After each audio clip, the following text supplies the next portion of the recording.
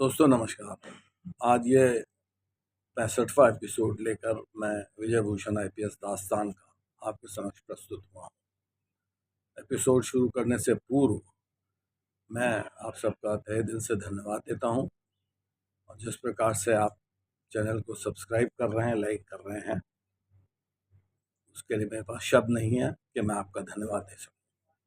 दोस्तों, ये 65वां एपिसोड मैं एक हत्या से रिलेटेड प्रकरण से संबंधित है, जो कि जनपद लखनऊ में थाना अमीनाबाद के अंतर्गत हुआ था। इसमें एक सुबह टेलीफोन से इन्फॉर्मेशन आई कि एक लड़की अब स्कूल गई थी, 10वीं कक्षा की छात्रा थी और घर नहीं लौटी रात भर। सुबह उसके पेरेंट्स आए हैं पूछने कि वह जो गुमशुदगी लिखवाने के लिए, क्योंकि लड़की पढ़ाई में बहुत अच्छी थी और वह अपनी एक सहेली के साथ अमूमन स्कूल जाया करती थी और उसकी सहेली लौट आई। उसकी सहेली बोली कि हम लोग तो बाहर तो साथ ही साथ आए थे, परंतु उसके बाद मैं अपने घर की ओर मुड़ गई और वो अपने घर की ओर मुड़ गए। उसके बाद का मुझे नहीं मालूम। इतनी इन्फॉर्मेशन सिर्फ दी गई। मैं तत्काल तैयार हुआ, मौके पर पहुंचा और महिला अफसर को बुलाया और उस लड़की को बुलाया जो उसकी सहेली थी, जो लास्ट सबसे आखिर में उसके साथ स्कूल से निकली थी। और वहाँ से बाहर आकर के स्कूल के आने के बाद वह अपने घर गई और जिस लड़की की गुमशुदगी लिखी थी वह अपने घर गई। काफ़ी छानबीन हुई, कई वहाँ पर लगे सीसीटीवी सबसे की कायदे से उसको देखा गया। लगभग इस प्रकरण में सेंसेशनल केस था। 8 टीमें बनाई गईं। दूसरे दिन स्कूल बंद हुआ। तीसरे दिन सारे जितने भी गर्ल्स कॉलेजेस थे उन सब की मीटिंग इत्यादि प्रारंभ हो गई और एक कानून व्यवस्था की समस्या लगभग जनपद लखनऊ में हुई। ऊपर से भी प्रेशर था और बड़ा सेंसेशनल कांड था, क्योंकि जो लड़की की गुमशुदगी लिखी थी वह एक अच्छे घर से संबंध रखती थी। समस्त पूछताछ और कुछ मुखबिरों को छोड़ने के बाद सारा वहाँ से जितना भी हमारा पुलिस का जो भी कार्यप्रणाली हम अपनाते हैं, समस्त का प्रयोग करने के उपरांत भी कोई चीज़ हाथ नहीं लग रही थी और धीरे धीरे लगभग 10 दिन का समय बीत गया। 10 दिन का समय बीतने के बाद पुनः उस लड़की जो थी उससे फिर पूछताछ की गई। क्लास के बहुत से बच्चों को महिला अफसर के साथ स्कूल में जाया गया, वहाँ पर पूछताछ की गई तो ये पता लगा कि यह लड़का जो ये दोनों बच्चियाँ थीं 10वीं क्लास के एक ही सेक्शन की छात्रा थीं और साथ ही रहती थी और साथ ही आती जाती थी। किसी तरीके से कोई बात निकल के नहीं आ रही थी। इस बीच में यह ज्ञान हुआ कि जो लड़की ने बताया था कि वह अपने घर गई और जिस लड़की की गुमशुदगी थी वह अपने घर गई, वह आमतौर पर इनके घर भी आया करती थी जिस लड़की की गुमशुदगी लिखी थी।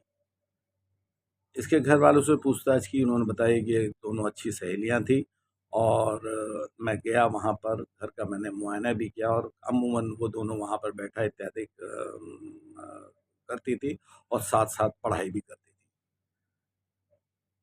जो लड़की की गुमशुदगी लिखी थी उसका भाई जो था वह 12वीं कक्षा का छात्र था और एक दूसरे स्कूल में पढ़ता था।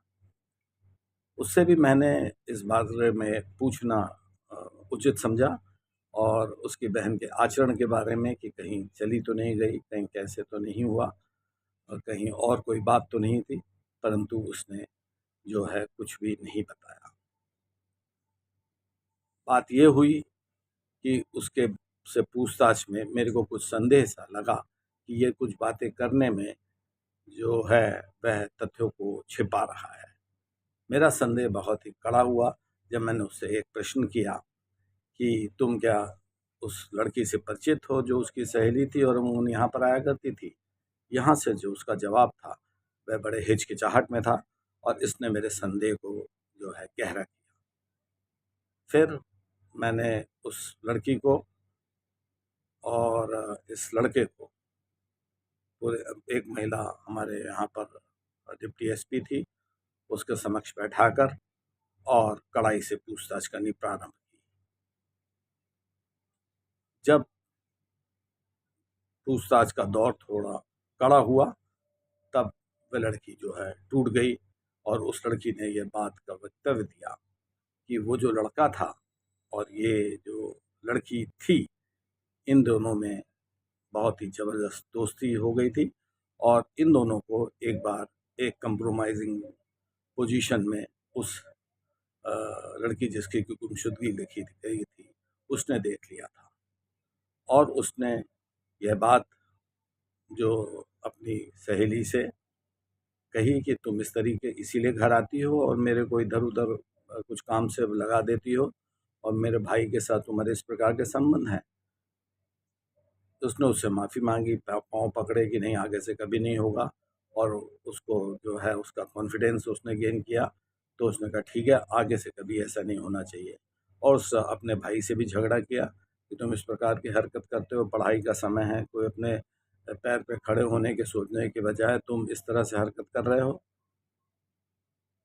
उसने भी अपनी बहन से माफ़ी मांगी और अल्टीमेटली जो है वह इस किस्से को जो है उसने सोचा कि इनके ज़हन से निकल गया है, परंतु वह बेचारी जो लड़की थी, वह इस बात का उसको अंदाज़ा नहीं था कि उसके साथ क्या घटना घटित होने वाली थी।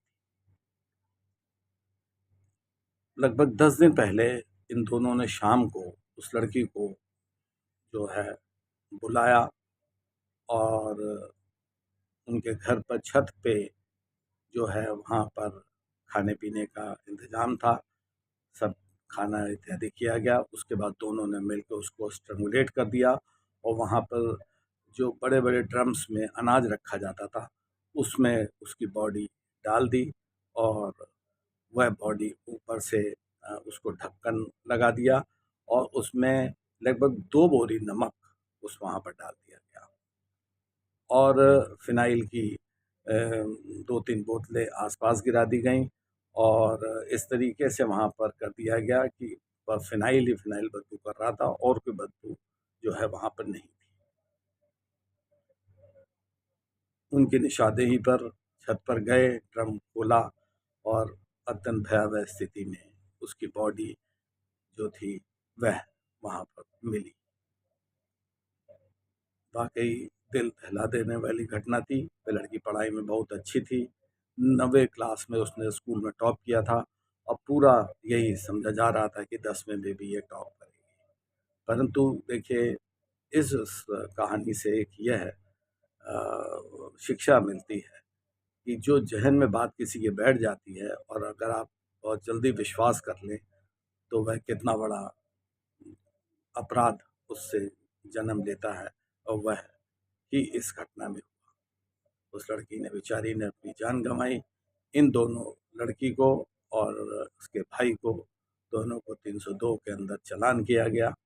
लड़की जो थी वो बालिग थी, यद्यपि कि 10वीं की छात्र थी, परंतु सर्टिफिकेट के अनुसार उसकी उम्र 19 साल की थी। लड़का 12वीं में पढ़ता था, वह 20 साल का था।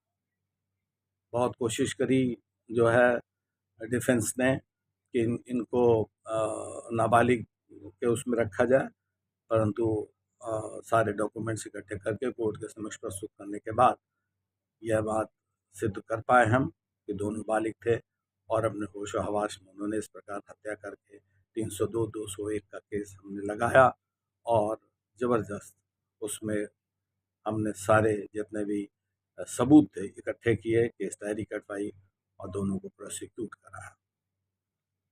तो दोस्तों, ये 65वां एपिसोड था, जो कि इस बात की भी शिक्षा देता है कि बहुत सतर्क रहिए और यह बात भी है कि अपराध जो है वह एक सूचना देता है और उस सूचना का आभास हो जाता है। अगर समय रहते अपराध की उस दस्तक को पहचान लिया जाए, तो निश्चित तौर पर आपका जीवन सुरक्षित रहेगा।